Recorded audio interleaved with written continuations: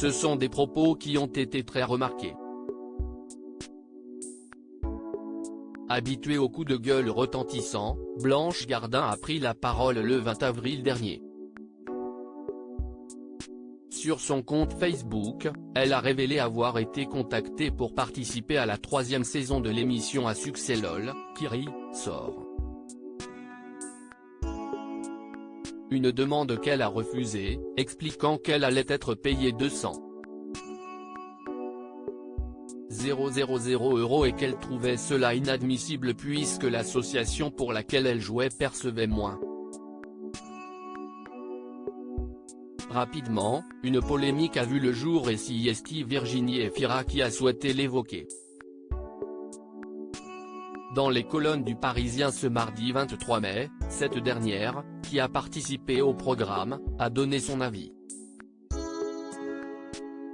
Quand j'ai vu la lettre de Blanche Gardin, je me suis dit, déjà qu'elle est vachement plus drôle, en plus, elle a beaucoup plus de vertus, a-t-elle commencé avant de poursuivre, mais ce qu'on fait de notre argent, ça nous regarde.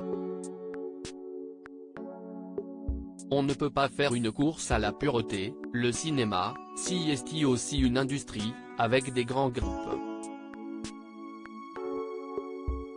Les propos de Blanche Gardin avaient rapidement fait réagir et Virginie Efira, qui a participé au programme, assure n'avoir aucun regret. Le seul truc, c'est que je me suis dit que j'avais été présomptueuse de croire que je pourrais y être à l'aise, a-t-elle confié avant d'ajouter, je peux avoir de l'humour quand on ne me demande pas d'être drôle, mais s'il y a une obligation de l'être, je ne le suis pas beaucoup. Je suis très timide. Le but de ce programme est de ne pas rigoler mais de tenter d'amuser ses adversaires. Si est vrai que c'était extrêmement bien payé, je m'étais aussi dit que ce serait rigolo d'être avec François Damien, Jonathan Cohen, Leila Bekti, a poursuivi Virginie Efira avant d'ajouter, et puis, quand je me suis retrouvé là, je me suis dit, mais qu'est-ce que je suis coince-barre. Loin des polémiques, l'actrice se consacre désormais à sa grossesse et à ses nombreux projets. Blanche Gardin, quelle autre personnalité avait pris la parole? Les propos de Blanche Gardin avaient fait réagir Ahmed Silla.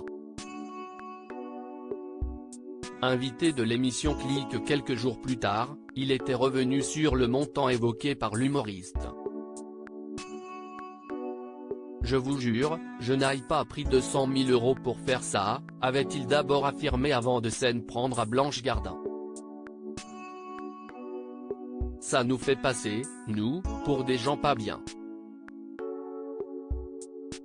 Il y a deux choses, refuser l'émission et dénoncer le système que représente Amazon. Ce sont deux choses complètement différentes. Pour lui, Blanche Gardin avait deux solutions, donc soit tu ne dis rien, sinon prends l'oseille et donne-le à des associations, avait-il conclu.